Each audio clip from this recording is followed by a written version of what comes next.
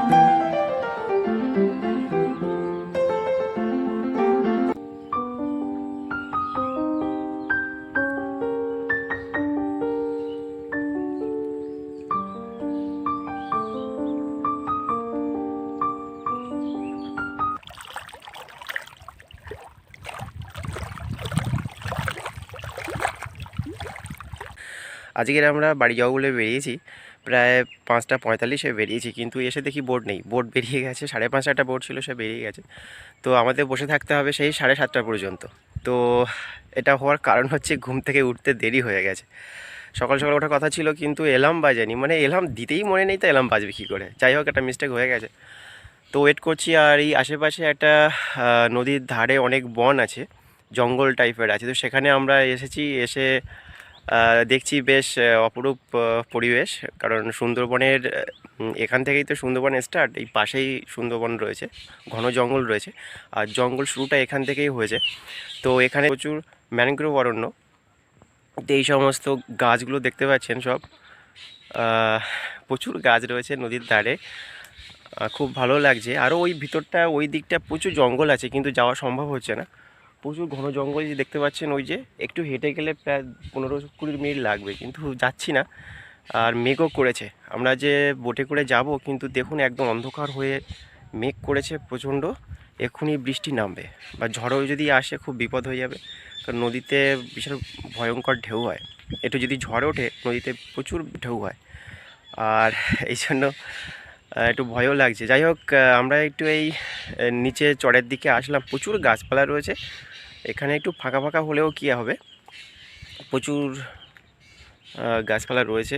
নৌকো বাঁধা আছে এখানে, একটা দেখাচ্ছি আপনাদের, একটা নৌকো বাঁধা আছে, দেখুন বেশ সুন্দর লাগছে পরিবেশটা। আর হাওয়া উঠে গেছে, উত্তর দিক থেকে হাওয়া উঠেছে, কি হবে জানি না। ভাবছি এখান থেকে ফেরত যাব কিনা, ফেরত গিয়ে ভ্যানে করে যাব কিনা, তাই ভাবছি।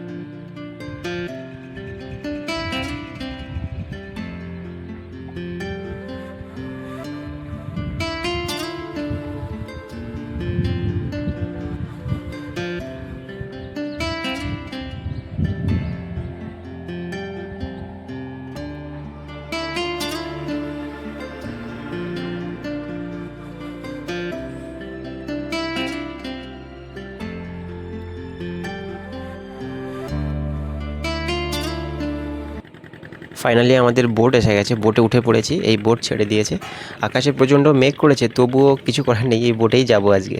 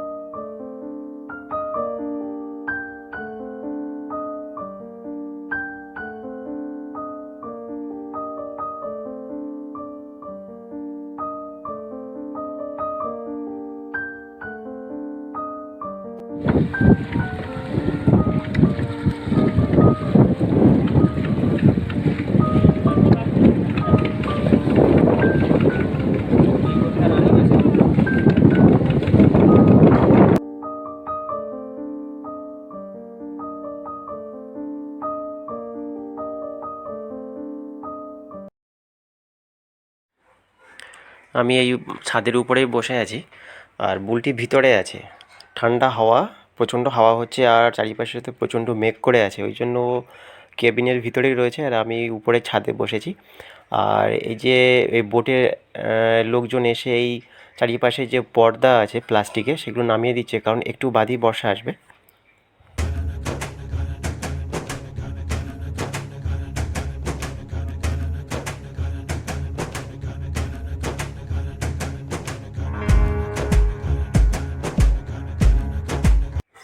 বুলটি কেমন জড়সড় হয়ে বসে আছে দেখুন, ওর প্রচণ্ড ঠান্ডা পাচ্ছে, তাই ওইভাবেই বসে আছে ও।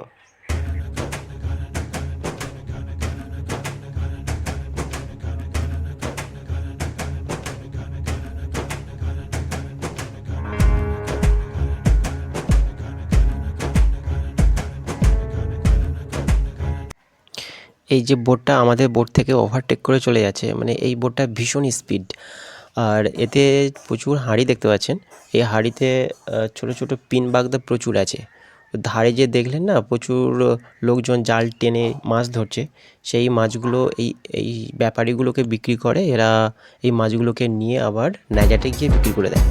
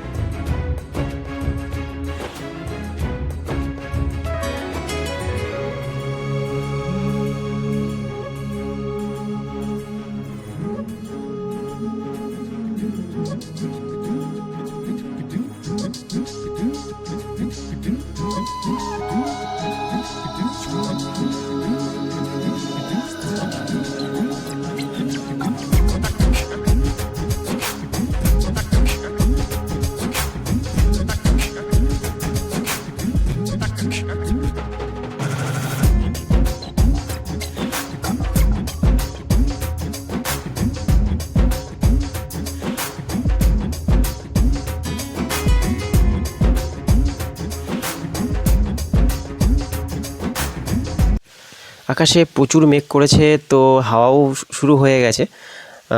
ভয় লাগছে যে এক্ষুনি ঝড়টা উঠে যায় কি না। বৃষ্টি হলে কোনো ব্যাপার না, কিন্তু ঝড় উঠলেই বিপদ, কারণ নদীর মাঝখান থেকে বোট গেলে প্রচণ্ড ঢেউ হবে। ওই জন্য আমাদের বোটটাকে একদম ধারে করে নিচ্ছে, যাতে ঝড়ের সময় একটু রক্ষা পায়।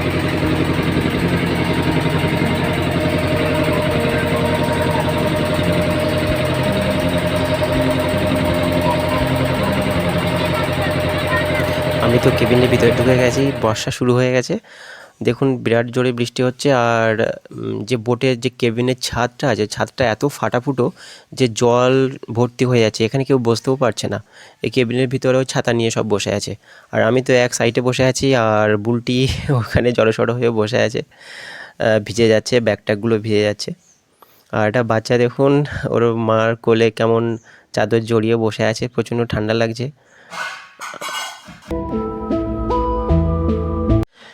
তো একটু বাদেই আমরা নামবো, প্রায় এসে গেছে আমাদের ঘাটে বোটটি। আর আজকের এই পর্যন্তই রাখলাম। আপনারা ভীষণ ভালো থাকবেন, সুস্থ থাকবেন। আবার দেখা হবে নেক্সট ব্লগে।